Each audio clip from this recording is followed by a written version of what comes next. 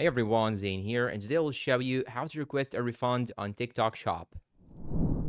Okay, first thing that you should do is to simply go and open TikTok on your phone. Once you open it, you should go and navigate to the shop icon here with this bag icon. Just tap on shop, and after that, you can see this interface. Now go and click on these three horizontal lines on the top right side. It will show you all these options. Just click on orders on the top left side. And here you can see all the orders that you actually ordered. But here in my case, I do not have an order right now. So let me just explain what you should actually do. You should simply click on the product itself. After clicking on the product, you can simply see the option to refund. So click on request a refund, and you should make sure to message the shop or the owner of the shop in order to arrange whether to return it and get a refund. And you will have to provide the issue with images, description, and views. And after that, you can simply choose the return method, and then you will be able to successfully return your TikTok